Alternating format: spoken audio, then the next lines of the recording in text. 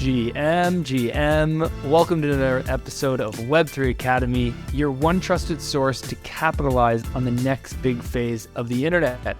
Don't get caught in the hype cycle. I'm Jay Bird, joined by my co-host Kyle Reedhead, and we believe that blockchain is going to change the world. That's why we're carving a path for doers to confidently build and invest in Web3. Well, in this episode, we're talking about how blockchain is going to change, not the world, but the newsletter industry, which I mean is a big world, especially a big world of ours. Colin is someone that I've met months ago. Last year, we've been talking a lot about the developments going on with Paragraph, his company, and how they're sort of changing the way the newsletter industry works in terms of monetization, in terms of engagement, and in terms of how we create. This is one of the really cool use cases of Web3. And I think social media and just content in general is going to change big time, and it's going to make this experience and the way we monetize and all this stuff just so much better for everyone on the internet. And Paragraph is really leading the charge for that in a world that I've been immersed in for many, many years. And so have you, Jay. In the newsletter world, it's time to free ourselves from, big companies like Substack. Not that they're like the big bad company like Facebook is. They're actually meant to be more like creator friendly. Mm-hmm. But what Paragraph's doing and what Web3 enables in general is just, it's a whole other level. And it's really, really exciting. And I think a lot of things we discussed here in this episode really highlight that. Colin brings just a wealth of knowledge and experience. He actually worked at Coinbase back in 2015. So early days at Coinbase after getting involved in crypto, going down the rabbit hole in 2011. So he's OG crypto native in the space. And then he went over to Google and spent 5 years at Google working on their privacy and anti-abuse mechanics and engineering. And so he really has seen the tech world from the inside, from both the Web2 tech world and then the Web3 tech world.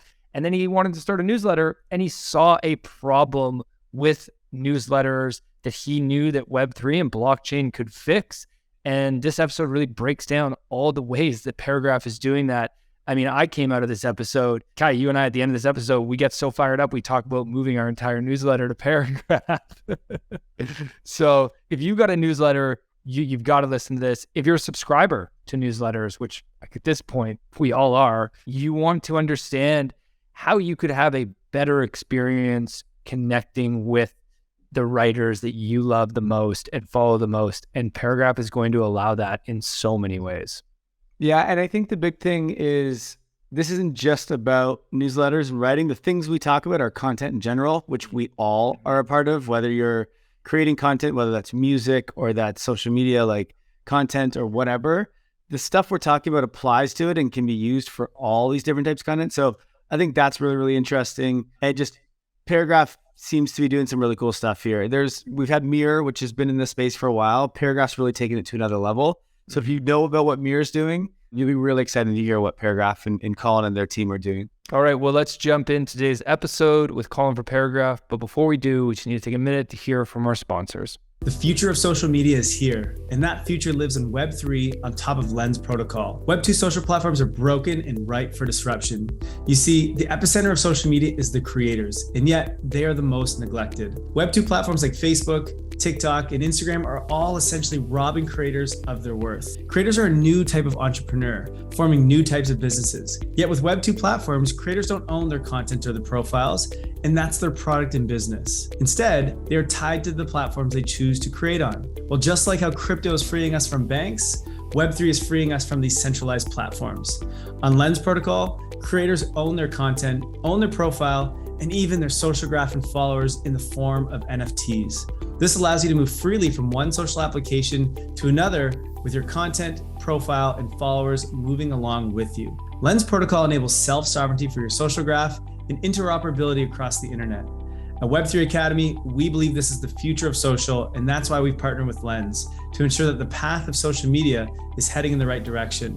Visit lens.xyz to learn more today. What if I told you that industry pioneers from flagship Web3 brands such as Consensus, Polygon, Binance, Unstoppable Domains, Ledger, and Uniswap will all meet up in one place this summer. You don't want to miss this. I'm talking about the Epic Web3 Conference taking place in beautiful Lisbon on the 9th of June with over 20 curated talks, speed consultations with Web3 experts, networking sessions with investors, and even the opportunity to raise funds. This conference has it all, and you'll get the tools you need to succeed in this industry. Plus, we at Web3 Academy will attend and host a community meetup with you and the others from our community before the main event. So come along, meet us, network, and start building alongside leading Web3 innovators. We can't wait to meet you. Remember, Lisbon, Portugal, 9th of June. We've got a 15% discount for you, but ticket prices go up every few days, so get your tickets today by using the link in the show notes. Enter the promo code Web3Academy15 to secure your spot. Or if you become a pro member, you can get an even bigger discount. So go pro today, and we'll see you in Lisbon, Portugal on the 9th of June at the Epic Web3 Conference. What's up, Colin? Welcome to the show. Hey, thanks for having me on. We are super excited to have you on. Both Kyle and I have been working in newsletters for a while and have been screaming about the potential of Web3 to change newsletters, change the way the writers monetize it, make money from their audience, their community. So couldn't be more excited about this episode. Let's start from the beginning. Can you give us a little bit of sort of the origin story, the background of why Paragraph was founded and what the real problem that was you guys identified in the market that newsletters and writers were facing, publishers were facing, that you wanted to solve for? Yeah, absolutely. So during the pandemic, I had a lot of free time, naturally. So I wanted to start writing more. I wanted to start publishing more long-form content. I wanted to start tweeting more, writing more, short-form content, building a personal brand. I figured I could write about tech, write about crypto. During the pandemic, I was at Google, been at Google the last 5 years, so I just wanted to start putting content out there. I looked at the existing solutions. I think Substack is likely, the de facto player in this space here. So I signed up with Substack, started posting, and then quickly started hitting a handful of just small issues. A couple issues I had with the design. It seemed like the design options were limited. Publications looked identical. The emails looked identical. Email automation, there wasn't a whole lot you could do there. Post organization, in terms of tagging and categorization, not a whole lot you can do there. Just all very small things, right? So this got me thinking about extensibility. I'm a developer at heart, and I've been coding for over a decade. So I wanted to start extending what was possible. Looked for an API. There was no API on Substack. Impossible to extend it, impossible to build on top of it. Impossible to change it. If I loved everything about Substack but hated one particular thing, I'm forced to deal with that or move off the platform. Also, it's just important to note here, even if they did have an API, I think we've seen time and time again that companies change the rules. I think Twitter is a notable example. Up until a week ago, they're shutting off API access. I think Twitter Enterprise is $40,000 a month right now. Even if they offered an API, no guarantees that it would stay the same and that developers wouldn't get the rug pulled underneath them after building on top of it. Anyway, so going back to Substack, when it comes to extensibility, no API access, but I also noticed from a feature perspective, it seemed like they were moving more and more in the direction of a closed ecosystem. They came out with Substack Chat, Substack Forums. Again, they launched Notes, a direct Twitter competitor, which caused Twitter to fight back. Yeah. It seemed like they were moving more and more in the direction away from newsletters, more towards this kind of social network type approach where the network effects belonged to Substack, et cetera. It broadly seemed like they were trying more and more to insert themselves between you and your audience. I think many of the top newsletter writers on Substack and beyond, they recognize that it's valuable to build not just a newsletter, but a community. They have a podcast, they have Slack community, they have a job board. So Substack allows for this, but they don't make it easy to do this outside of their ecosystem. They want you to use Substack Forums, Substack Chat, the podcast functionality, all this other stuff, right? So if I wanted to use Discord instead of Chat or Twitter instead of Notes, it's not easy to do so. I think the platform, they tout portability, but it lacks interoperability. They're kind of designing the tool for you to use it, not for you to use whatever else you want, using that as kind of a core. So monetization also, there's a bunch of constraints. It needs to be $5 a month minimum. It needs to go through Stripe. It needs to be a recurring subscription, can't be one-off, et cetera. So again, just kind of constraints that they're placing between how you interact with and monetize your audience. So having all of this, noticing all of this, I recognize that email is valuable. Undeniable way to get content in front of readers. The direct relationship that people have with their audience is valuable. I think building that direct relationship, not having it facilitated by a third party is valuable. Yeah, the network effects are valuable. I've chatted with a bunch of writers. They've been growing as a result of the audience graph that Substack is building.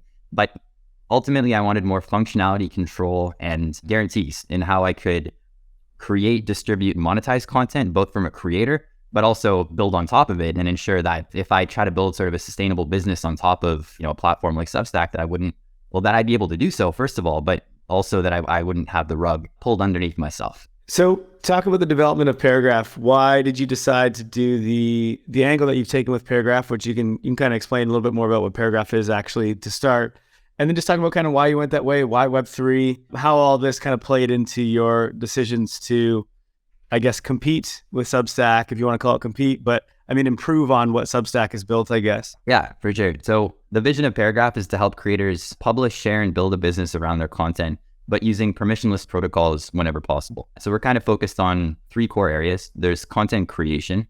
Creators have to create content. Distribution, get that content in front of their audience. And monetization, so make money off that audience, ultimately. So, there's a handful of things that we're doing within each of these. Let's start with creation. So whenever you create content, if you publish on Paragraph, we give you the option of storing on Arweave. So it's permanent and it's uncensorable storage. Anyone can ingest it. Anyone can build on top of it. You can self-host it. You can pull it, display it elsewhere, build interfaces around it, etc. The importance of that is if Paragraph shuts down, your content still exists. Whereas when you upload on Substack, for example, your content's gone. Is that kind of the explanation that would make it easiest for our listeners to understand?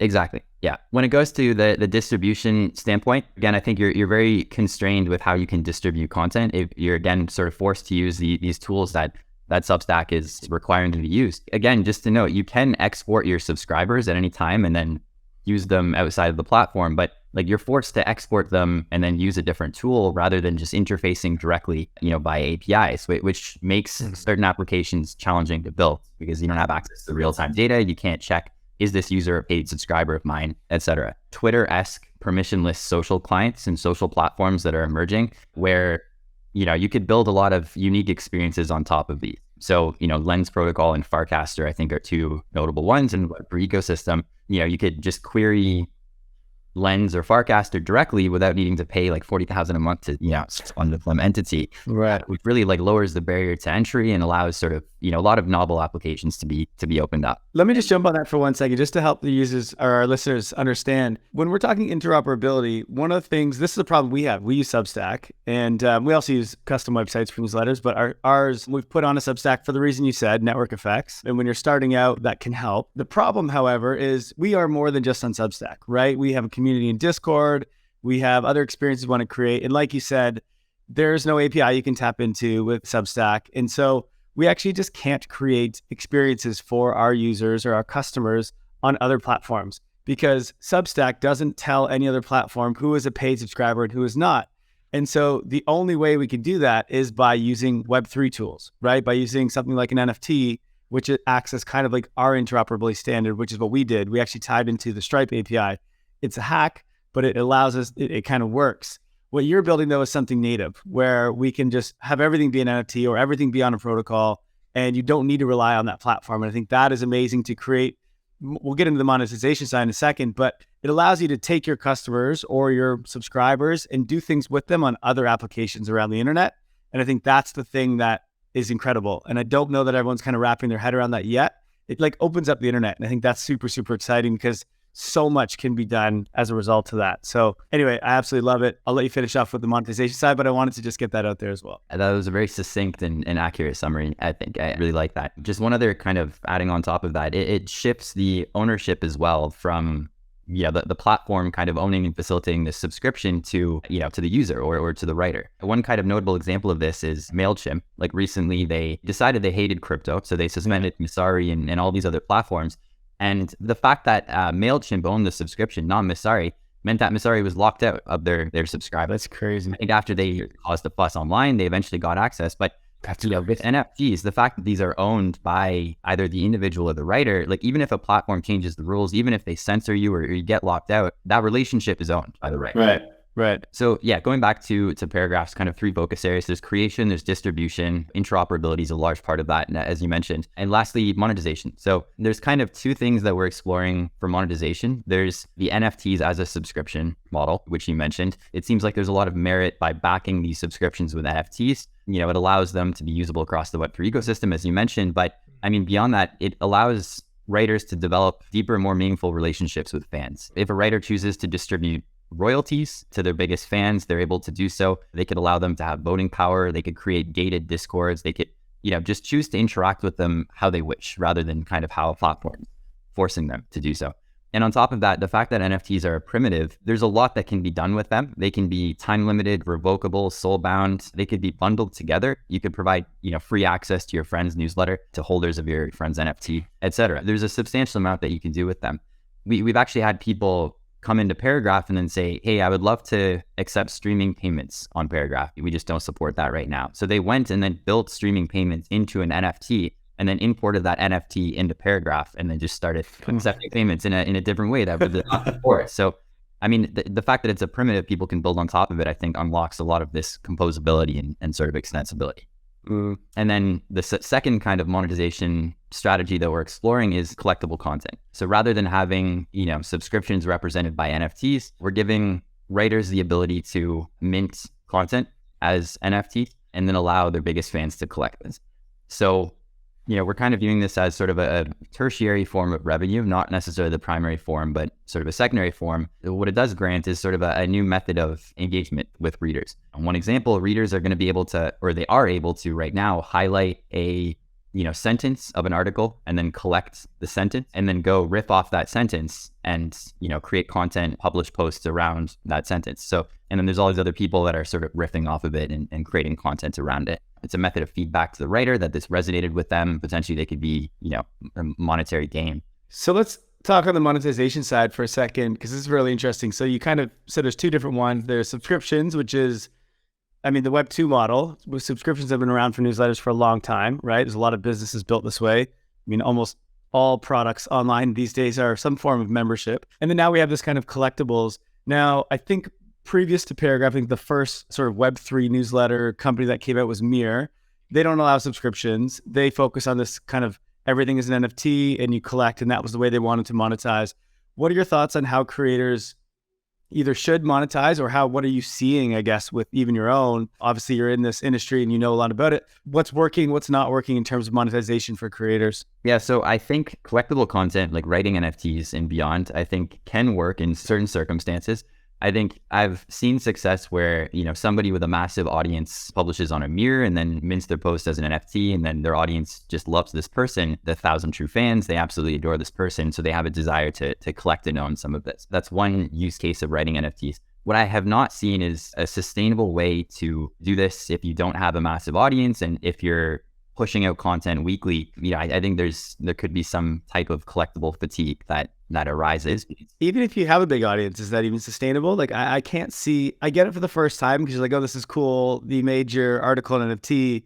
I can't really see people continuing to do that unless there's some utility around them. But otherwise, like, I get it the first couple times and then I see that fizzling out. Maybe I'm missing something. You have to be a master marketer to constantly be selling drops, basically, right? Yeah, like exactly. Every time you write a piece, you've got to sell it as well as write it. Yeah. Which that's not what writers should be focused on. They should just produce great content. Yeah, I absolutely agree. And I think that's kind of why we launched with like the memberships and the token gating and everything first, and kind of viewing this as sort of a tertiary form of revenue, but sort of opening up avenues for engagement. Do you have any idea how much money writers are making off collectibles? Like, is there anybody that is doing substantial revenue off that? Or is that more just like play in the sandbox, experiment with Web3 right now? I think the top creators on Mirror, I think have made money. Maybe during the bull run, but not anymore. Yeah. And we have a dashboard on it and it's limited. During the bull run, they were, when they first came out and were first launching, a bunch of people were buying them. And then now it's fizzled out and it's only a couple people. And I think the biggest drop they had anyway was not even for the articles themselves. It was for the, what is it? The ETH movie or ETH book? I can't remember, but they launched an NFT. And so they raised a bunch from that. And that was kind of the biggest one. So there hasn't been much else from that. Got it. Yeah, certainly on Paragraph, I don't think. I mean, people have made some amount of money, but people are not a lot more optimistic on recurring revenue as kind of Right. And the reason for that, as marketers, is what Jay and I do outside of Web3 Academy, is you only have to get the person to buy once. They put their credit card and they make that purchase decision one time, and then they don't have to think about it anymore. It just comes off the credit card moving forward, right? Instead, if you're saying, hey, I got to make you buy every single week, that's so freaking hard. It's hard enough to get someone to sign up and buy something. And now you have to get that person to keep buying every single week. Like, you don't want to get caught in that rat race, right? So that's why subscriptions are just, it's less friction for everyone. So in my opinion, I think that should still be the main form of monetization. And then you use, like you said, it's more tertiary, the sort of collectibles on the other end of it. And I think that's the right model for sure. How does recurring revenue work for writers on Paragraph? So we're launching recurring revenue shortly. So like I didn't think you had launched it yet. No, yeah, okay. we started kind of doing an incremental approach to this. I mean, we started with like one-off NFT purchases, but obviously not recurring. It's one-off. You buy it once, you get access indefinitely. Let me kind of explain a bit about the feature that we're launching. And also let me kind of preface this by, we've been taking a deliberate Web 2.5 approach from the start. You know, we want people to be able to import their subscribers from Substack, potentially paid subscribers from Substack and beyond. That kind of inspired the design as well that I'll chat a bit about right now. We're planning on allowing the writer to choose the mechanism of monetization. So they'll be able to accept either Stripe or crypto recurring payments. And then after they set a recurring payment frequency as well as cost, they also create an NFT that's associated with it. So after they do that and then begin gating content, begin putting this membership around their publication, the readers come on and then choose what to pay with, either crypto or cash. They choose potentially a tier as well. Writers could offer different tiers to their members. And then after going through the flow to set up either the Stripe or crypto paid recurring subscription, then they have the ability to optionally mint an NFT representing this subscription. So that would represent, the membership into this community. So the NFT would then be active for as long as the subscription is being paid for. And, a writer could take that NFT and then go to Discord and then gate it based on the active attribute, which would again persist for as long as somebody is paying for that. So the benefit of this is it kind of reduces the barrier to entry. If we forced readers to mint an NFT after, setting up the recurring subscription, I think there'd be some drop off. I don't think like that. 99% of the world wouldn't do it. 99% of the world wouldn't even know what the heck that means.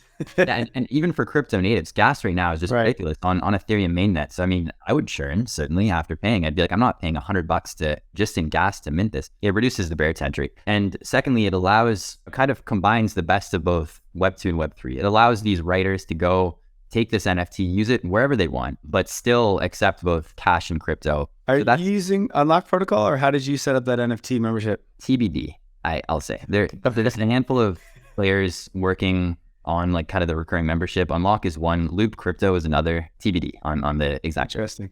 It's funny because that's what we're doing for our newsletter, except we're doing the kind of hack where we like plug into the API of Stripe. So like it works, but it's not going to be a native experience like yours is. So yours is going to be much better. So I can't wait for that to launch, to be honest. We just had to get something before you guys figured it out. Yeah, totally. And so is there an incentive for the reader to collect the NFT, or is it just your choice? It's fun right now. There's no reason to do it. Like, do they get extra access to things? Because if we don't give incentive, then I wonder if people will ever do it. Yeah. So the incentive is going to be up to the writer to determine. But even beyond incentive, people are collecting right now when there's no incentive. Like I think a lot of writing NFTs right now, people are collecting. But as you mentioned, I don't think that's sustainable, which I agree with. Going back to like the kind of Substack comparison, I think we've seen a lot of people create like gated Discords, they create gated live streams. People are doing, using kind of Paragraph minted NFTs and beyond. So, ultimately it'll be up to the writer to determine how to give incentive to that. I'm very interested in also like financial incentives, like not just speculation, but if you could give your first 5 collectors like 1% of your revenue for the year or something, could provide a compelling reason to collect that even before you create content. So, it could kind of be, a means to kickstart your publication, start generating some level of revenue before even producing. But can people sell the NFT? Like, let's say they buy the year of a subscription and then they're 3 months in, they're like, okay, I'm done. Can they sell it, or it's not set up to do it that way yet? Yes, they'll be able to sell it. Well, again, this is not implemented just yet, but of course they will. The way we're designing it is, yes, the readers will be able to sell it. So potentially there could be secondary markets formed around like higher tier memberships if there's only a 10 of 10 that grants access to monthly calls with the writers. Yeah, I think that's going to be huge. And I think there's going to be, every membership is going to have that. Why would you not use an NFT? If you can create experiences elsewhere and it allows the user to be able to sell it if they're done with it, like it's just a no-brainer in all aspects. So it's super cool. We jumped ahead into monetization, which I love because that was probably the topic that Kyle and most were excited about to discuss. But I want to take a step back for a second. I'm curious if you can give us an overview of the newsletter market and industry, because that's an area that's changed so much through the web as creators have been able to now basically become solo entrepreneurs or small businesses. And so we're seeing this wave of not just social media creators, but journalists and professional writers becoming creators. I'm guessing that through Starting Paragraph, you've done some market research. Can you give us an overview of where you think we're at currently, and then maybe what you see 10 years from now, what you think the future looks like? Yeah, definitely. So I think historically there was essentially zero network effects. I think historically there was a writer that wanted to just create content, put it out there. So they self-hosted a website or maybe used Blogger or one of the other kind of solutions like a decade ago. And then they just put content out there. And then maybe they emailed their friends. They, social media wasn't prevalent, back then. So they kind of just put it out into the void for the sake of creating content. I mean, they didn't have a desire to monetize. They didn't have a desire to engage with an audience necessarily, like no commenting and beyond, but they just wanted to create content, put it out there. So I think the world gradually moved more and more into social media realm. So I think people were creating content, sharing it with their friends. Network effects started accruing on some of these platforms. I think Medium was large for some period of time. Yeah, allowed writers to create content. But then again, the content and kind of relationship was facilitated by the platform. The writers here did not have, direct relationship necessarily with their audience. So they were kind of reliant on these platforms. So I think the current trend, which Substack, I think, pioneered, is putting less of an importance on the centralized intermediary that's kind of facilitating this and allowing writers to get more of a direct relationship with their audience. So the benefit of this is if you're, a major journalist or you're somebody that has a very large audience, if you're making like pennies on the dollar, either writing on Medium or writing for, a major news publication, you'd be able to just tell your audience, okay, go pay $5 a month from Substack or on Substack rather, and then you'll get access to content that I can produce from the heart. It doesn't have to go through an editorial board. I can just write whatever I want. So that was compelling to a lot of people. I think a lot of writers moved over. Substack also paid a lot of writers to move over as well, kind of as a, incentivizing them to use the platform. But that was what happened ultimately. I think beyond Substack, there is also a handful of other players kind of on a similar kind of journey. There's Ghost, there's Beehive, there's a bunch of different players. I think Substack is the furthest along, and certainly furthest along in terms of network effects and in terms of product development, in terms of growth and all of that. But Ghost, I think, is on a kind of a completely different spectrum where they have no network effects, but they are very into self-hosting, and you have full flexibility. It's open source. You can fork it and do whatever you want with it. So I think the future, the creator economy is going to continue. I mean, as the internet proliferates worldwide, as tools make it even easier to start producing content and getting that content out there, as new methods of monetization open up, like crypto, as we talked about, I think as all these kind of different prongs begin sort of expanding a lot more, I think it's going to allow more and more creators to do this full time as they're able to sustain a living off of this. So because of that, I think there's going to need to be, a lot of new tools and a lot of new products that open up to kind of cater to the desire of a lot of these. I'm betting that Paragraph will become one of these, obviously. The hypothesis we're making is that there's going to be more and more of an importance on ownership, like owning the relationship with your audience, not having sort of a central party facilitate how you interact with them. And I think that's kind of coming to light with the whole Twitter debacle and, shutting off API access. People on Substack can't share links to Twitter now. Twitter can't embed into Substack, etc. So I think there's a lot of constraints now that are being placed, which I think is bringing to light the importance of kind of an open ecosystem and composability. A decade down the line, I'm hoping that there'll be even more of an importance of this, and there'll be an array of tools that allow writers to build their audience on one platform, seamlessly port to another platform, monetize on another platform or protocol rather, not necessarily platform, but just giving them a lot more flexibility in terms of how they build an audience, how they distribute content, and how they monetize. Yeah, I think it's a really exciting time to be a creator. It's a really exciting time to be a founder, an entrepreneur, because there's never been this wave of tools being built for you to create a business, to make money, to have your own livelihood, to work for yourself, all these things that we all want, we all dream about. And you can do it now with way less friction. You can start a business much easier. You can be peer-to-peer with your customers. You can have lower take rates. I mean, you didn't say the words take rate, Colin, but like you were referring many times to one of the issues that we have with our current Web 2 world is just like these massive take rates that basically gouge, make it impossible to be a small business owner, or very difficult too. So it's really exciting to be a creator right now. And this reducing friction, I think, is just going to lead more and more people to start businesses, whether it be $1 million businesses or whether it be small businesses that they're just running on the side. We're just at the start of that wave. So needless to say, I also am betting on Paragraph because does everyone become a creator though? Like, I feel like we're obviously, as you said, the internet proliferates, becomes easier, there's less friction.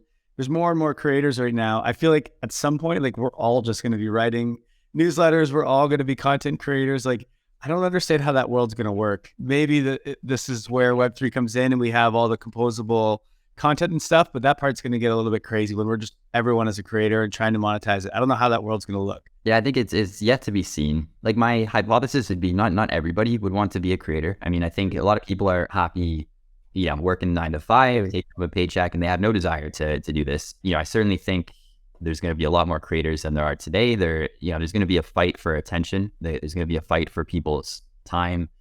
There already is right now, to be frank. Right. Even with newsletters, I mean, I think, a lot of people I imagine are getting newsletter fatigue, getting 100 newsletters in their inbox every week. So there's going to have to be tools and sort of processes to deal with it. TikTok's approach on like an algorithmic feed is one example of one that may or may not be successful. Personalization, I think more algorithmic recommendations could be, another. Network recommendations, I think friends, if your friends vouch for an article, pretty high signal, yet to be seen. Jay, just before, I don't know if you want to go in the AI conversation because I kind of wanted to go there next, but one thing I want to talk about was the collect feature. That is exactly what I wanted to do. Okay, sweet. So outside of the monetization aspect, we sort of touched on that, but I think there's more to collecting than just monetization. You sort of touched on it a little bit. I'm wondering if you can walk us through like what this is all going to mean. You said that you can collect the entire article, and that's kind of the near situation that they have right now where you can collect an article. What you said though is you guys have a way that you can collect like scripts of an article, like little pieces from it. What does that enable? What does that unlock, right? Like I get some people might want to do it because they like the quote or something, and you'll have some people that collect because just people collect. That's just what some humans do. But to me, I think that unlocks so much more creativity and just like potential of our content. Can you walk us through what you're kind of seeing with that sort of collect feature? Definitely. So, I think collectibles in general, I think are kind of a combination of patronage, access, social status, and, whatever other form of engagement that exists. It could be up to the creator to provide sort of a closer form of engagement to collectors. It could be up to platforms like Paragraph to provide different mechanisms of using this NFT in different ways. The possibilities are large there. So with the collectible content feature that we launched, or rather the collectible highlights, we're calling it. So it allows readers to go in, highlight a piece of text, potentially an image, potentially a quote, and then collect that. So the writer would have the ability to set a fee, they could set a supply, they could do whatever they want here. The motivation for building this, or some of the motivation for building this was it provides feedback to the writer. If a lot of people are collecting a single article or rather a single sentence, I mean, potentially the writer would then double down on that sentence and maybe, it just provides sort of a form of feedback to them. On top of this, art and sort of creativity in general, it is obviously large in the NFT space and the digital space more broadly. I think like kind of the intersection between art and writing within the NFT space is kind of missing. So, within Paragraph, with the collectible post feature, you can upload an image, you can customize it, you can do whatever you want with that. And we're going to be launching in the future as well the ability to kind of customize some of these quotes, customize these collectibles. Other kind of use cases that we're investigating is related to remixing content. I think Web3, there's been a lot of discussion on co-creation and remixability. I don't think there's been a whole lot of development. I think I'm looking in that space. But the fact that all these objects are digitally native, you can have smart contracts that determine what gets done and who to allocate funds to, et cetera. I do think that there's a large opportunity for creating content together, remixing content together, and then getting paid appropriately. So you could imagine this feature that we launched, somebody could come up with some original idea or some hot take or whatever, and then other people would be able to just riff off of this. So they'd be able to collect this content and then just kind of run with it. So what they're doing is propagating this idea, first of all. Second of all, they're adding their own take on it. Like they're adding their commentary, they're kind of providing value by talking about it, right? So why not reward them for proliferating this? You can think of it like memes, right? Like someone creates a meme, they're like, oh, that's a good meme. I want to create my own version of that meme. You take it, you change the word that's on it to make sense for whatever joke you're coming up with. And people love that and they go viral. Well, the original creator of that meme maybe should be rewarded, whether that's financially or just in terms of their name being put out there. That's what this allows you to do, because you could take the quote. I mean, I started an Instagram account years ago in the health space where all I did was take quotes from people, like health quotes, and I'd put them on a cool picture of like a surfer or a beach, and I just put it on top of each other and posted Instagram. And I gained over 10,000 followers just from doing that. And that's basically remixing content, but I was just stealing content. Now, now I can actually like share the value that I was creating, or at least like shout out who it was, because they'll see on chain that I took this quote from this writer and this image from this photographer and then put them together. And that's kind of remixing, which you see this with music. And this will be, I mean, this is what TikTok is basically. And so you're kind of doing this natively where you can either share revenues, share the creator of it, like the name and stuff. And so you're basically providing a service or a tool for that, which I think is going to be really cool. The other thing I think people will collect for is people like to brag about the quotes they care about. People put them on their walls, right? Like how many people have quotes on there for photos and stuff on their walls? I think it's like Pinterest. People make boards and collect them. I think people will do that and create galleries around the quotes they like or the articles that they really appreciate. So I can see a lot of use case coming from this outside of like actually creating utility. Like you collect 10 of these and you get to join this event or this Discord or whatever. So I think there's just, I call it programmable content. I don't know if that's a thing yet people are saying, but that's what I just presented at the Creator Economy Expo. And that's what I was explaining this as. You can do anything you want with this content once it's an NFT. So the possibilities are endless. I think it's really cool. Yeah. On that note, I was featured in a newspaper when I was maybe 10 years old. I don't remember what I did. I think I won a karate competition or something, but I was featured in this local newspaper. So my parents and myself were very ecstatic, obviously. I was 10 years old. So we drove around collecting all these newspapers from everywhere and then just cut out the section where we were in and then just created like a scrapbook of this section repeatedly, right? So like that has not existed in the digital world. A lot of people love scrapbooking. They love, if you're featured in something, just being able to kind of collect and permanently own this in the physical space. So your note, like that's exactly like what this allows you to do. That's awesome. What are the mechanics of this collectible highlights? Does it mint an NFT when I pick my quote? Does it assign like a royalty that goes, can I sell that? Does it go to the open market? Can I assign a royalty? Like take us through the mechanics of it. Yeah, so the writer sets the cost and supply in chain. We support a handful of chains. And then these are kind of reader-driven NFT minting. It's by the reader, which also I think is kind of a unique thing. I think typically it's historically been the creator that decides this. So after a reader goes onto a paragraph newsletter, they literally highlight a piece of text that resonates with them. And then there's going to be a little pop-up that shows the supply, the cost, everything like that. And then they hit collect. So these are all lazy minted. So as soon as the user hits collect, then the NFT is minted at that time. The smart contract is deployed. The smart contract ownership is transferred to the creator. So they're owning the smart contract. And then the NFT that's minted is then transferred to the collector. All that happens whenever the user hits collect. And then the text is highlighted, like literally highlighted on the post for other users. Kindle does this as well. Yeah. Right. Or you can see like how many people have highlighted a certain quote or whatever. That's super cool. So is that experience very easy? Like, could anyone do that?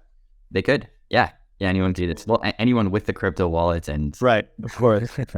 This is how Web3 plays out, right? Like people don't even, they know they're collecting something, but they probably don't even necessarily know it's NFT or what blockchain it's on. Like, it's just like, I want that quote. I want to use it somewhere. I want to collect it. And they just highlight it and boom, all of a sudden they created a smart contract and they have an NFT in their wallet. And it's like a couple of years ago, you would have had to actually write that smart contract. Now it's just you highlight something, boom, there it is. That's exactly what we want to see. That's super cool. This leads to sort of connect back to what you talked about with the membership of token gating, because now you have another token in the hands of your readers and your audience. And most likely, I'm going to guess those are probably your bigger fans, right? You have fans who have your membership, and that's probably your entry level. And maybe you even have tiers within that. Then you have people who collect your posts, which I'm going to guess is a next level. And then you probably have people who collect specific quotes, the highlights, as you mentioned, which is another level. And what you could do is with Web3, you could say, okay, if you have those three things, because the smart contract is programmable, then you get access to this special report that I put out, or whatever new piece of content, or you get access to a discount on an event. I get so excited when I think about this ability to like stack the engagement that my users are having and then reward them based upon their engagement. So you're actually rewarding your super fans. Whereas right now, you think about the way we do this, this is the example I always use. Somebody posts on Instagram, they're like, we're going to, give away whatever to our audience. You got to like the post, you got to comment, you got to tag 3 people. And it's like, none of that is done on chain. You don't actually know who these people are. Is this the first time they're liking your stuff? Have they liked it before? Right? Like, you're not rewarding your super fans. You're just basically doing a sweepstake and you're just giving something away. You're just grabbing attention, but you're not creating community where your super fans are like, oh, wow, the more I engage with this creator, the more they do for me. So I'm going to engage more in the future. And then boom, community is built. You got a moat around your business. You last for 100 years. Yeah, absolutely. The fact that these are all primitives, the fact that they're accessible across the entire ecosystem, I think there's a lot that can be done here.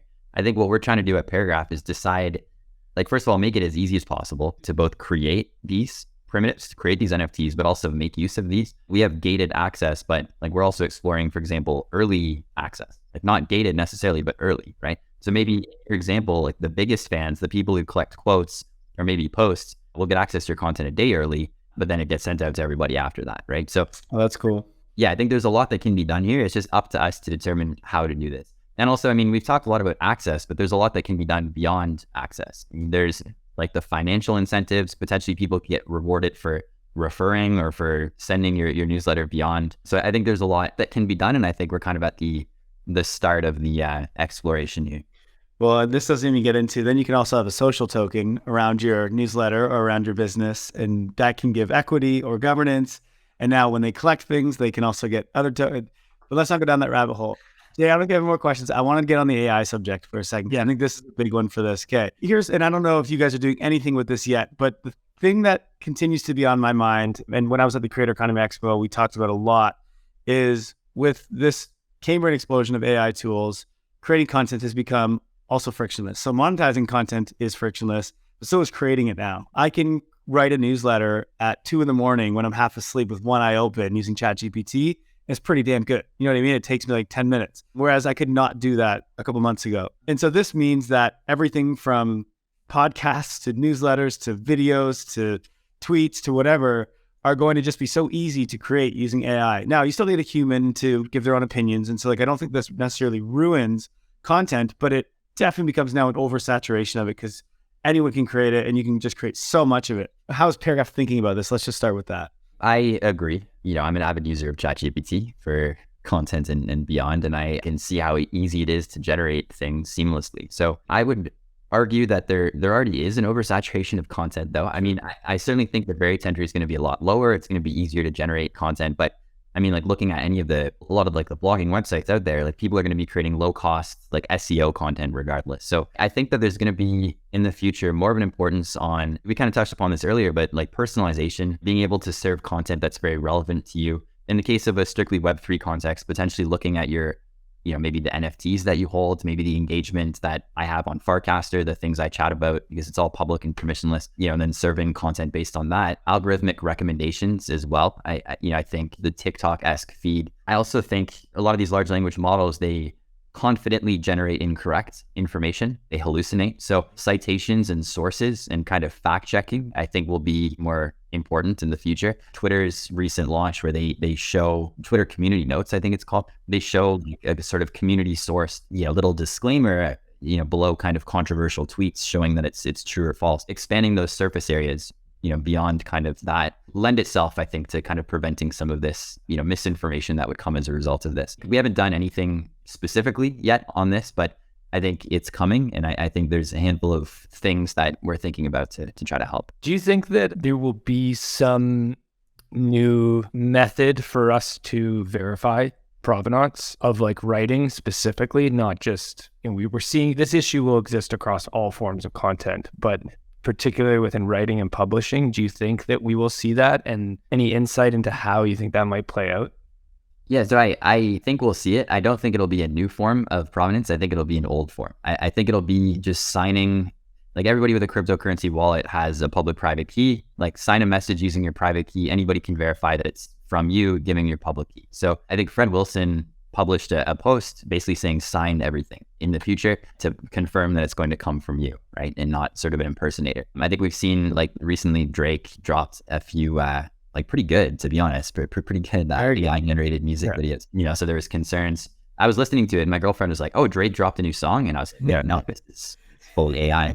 So if he has a public key that's available to everybody, like everybody would be able to confirm that it truly came from him.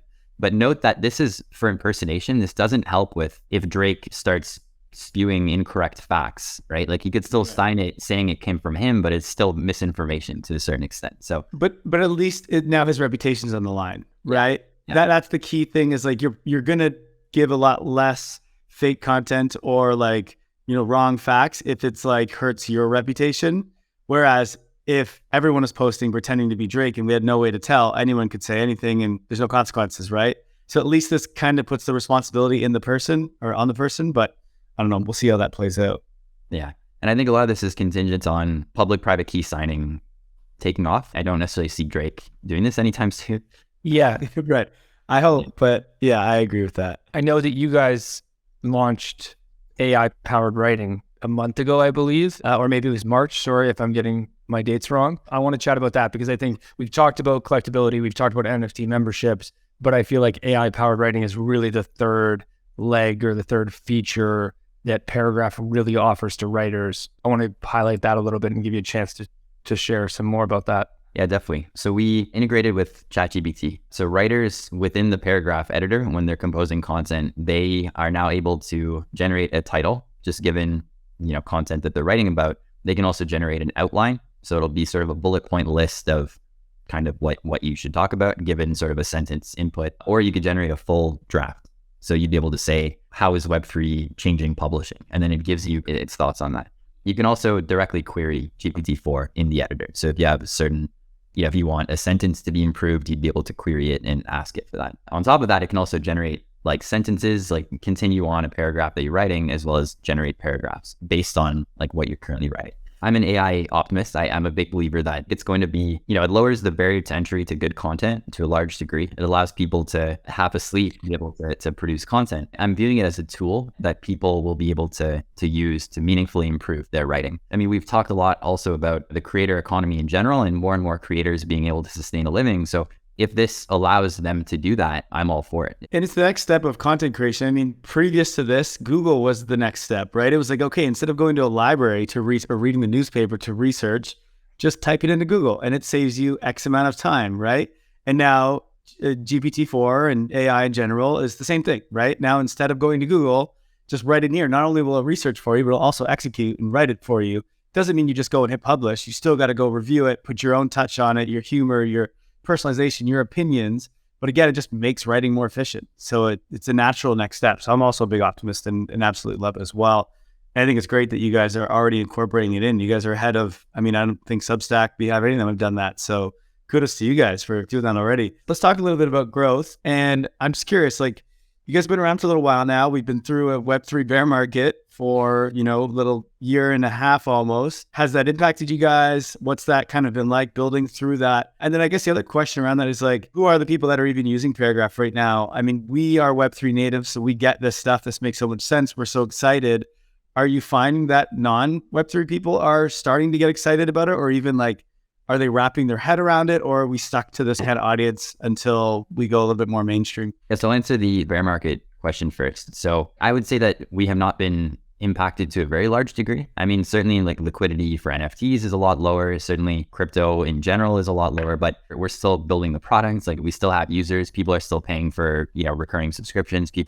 We're getting a substantial amount of usage still. The key concern for startups in general at this point, not necessarily Paragraph, but just startups in general, is just extending runway. Can you survive? Can you get to profitability? Can you, all this stuff. So we're a team of 3, all engineers. So, I think we've been very conservative on the burn front. I'm not concerned about the bear. So to answer your second question, who are the users? What are we seeing? The go-to-market is focused on Web3 native writers. I think the product resonates the most with them. And I mean, it's the easiest to start with kind of a community of dedicated users that find the product great and then kind of expand after that. So I would say the user base right now is split between DAOs, NFT communities, and individual writers. So, DAOs, there's like PubDAO, there's a bunch of writing DAOs, but also beyond that, Global Coin Research is an investment DAO. Farcaster has a DAO writing on Paragraph. When it comes to NFT communities, there's a bunch of people with existing tokens that have a desire to token gate content to incentivize purchasing this token, but also to provide internal communications to only these token holders.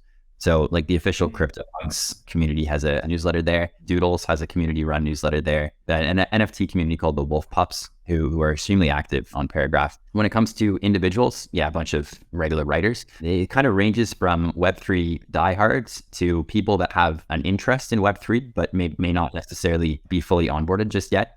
I've had to help people onboard, a handful of times. And in conversations, they said, I really feel passionate about decentralization. I'm not very familiar with it just yet. So again, kind of going back to the deliberate approach we took designing Paragraph, using the kind of Web 2.5 angle, where you could sign up with an email, you can check a box to publish on Arweave, all of that's been deliberate to kind of support these users. As we kind of continue forward, depending on market conditions and all of that, but we're planning on expanding beyond just the Web3 native writers.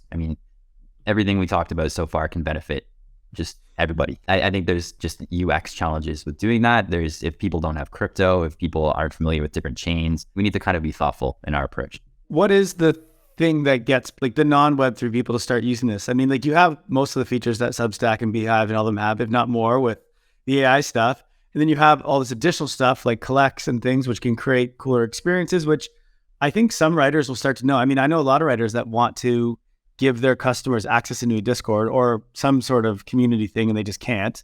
So I think that is a cool thing that does it. Is there something else? How do you guys compare in terms of maybe fees and stuff? Substack takes 10%, what you guys are thinking about there, or how much you can share on that. But curious how you kind of stand up towards some of the others in that sense.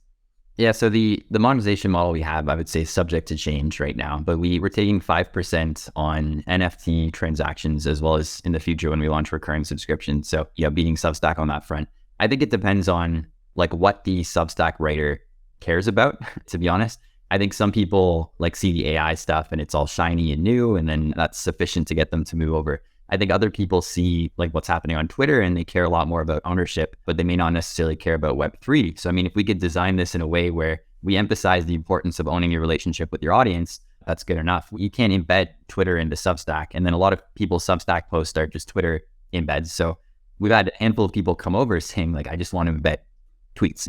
I think the distribution monetization angle as well. If people care about, we've chatted with some people, they don't want to paywall content on Substack, but they still want to monetize. Maybe they have large fans, but they to still make money. So I think collectible content is a great way of doing that, which Substack doesn't offer. You just want freedom, right? They want freedom to monetize in the way they want to monetize. Substack has chosen what we all have said is the best one, right? Subscriptions makes the most sense. But there's many different reasons as why you might monetize in different ways and why you might want to give different features. And closed systems like that, they just don't allow you to do it. They do, hey, here's what we think is the best. That's all you get to do.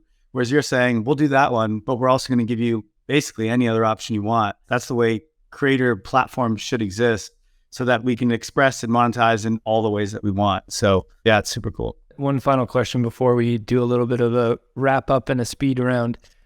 Are you thinking at all, we've talked a lot on the show about the future of communication, peer-to-peer, wallet-to-wallet perhaps. Will email last long-term? Is email going to eventually be a thing of the past? Just curious if you guys think at all about that, how a writer-publisher will communicate with their readers long-term. Obviously, I know right now email is the way, but in the future. I think in the short term, yeah, as you mentioned, I think email is not going away. One kind of interesting thing about email, I mean, it's built on SMTP. That's a decentralized protocol, right? Anybody could use SMTP, but over time, the power has gone to like 3 or 4 players, right? Like Gmail, everybody has a Gmail address. So I think over time, we've trended a bit more towards centralization with email, for better or for worse. I think Gmail's spam protection is phenomenal. I used to work on anti-abuse with Gmail and other, yeah, so I'm a bit biased, but so I think in the short term, not going away. In the slightly longer term, I think that there are avenues for on-chain message delivery, on-chain newsletter delivery. And I think if everybody has a crypto wallet in the future, I mean, it just makes sense for that to be used as a delivery mechanism. I mean, one unique thing that crypto has, which email doesn't, is just money transfer. Like you can, given a crypto wallet, just send fiat, or sorry, not fiat, send crypto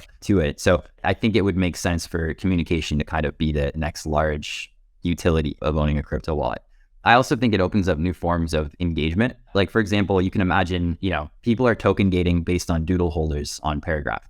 Like, what if you could just reach out to all doodle holders, period? There's new use cases that are open as a result of that. We're actually exploring this, or we have explored this, adding in support for some type of on-chain message delivery protocol. But the conclusion was it's just a bit early. The other thing that it makes me wonder, when everything becomes an NFT, everything's now composable, right? So like right now, the way that social media works, the way that we experience content on the internet is like, let's say you're on Twitter, that's your text, and now there's video on there.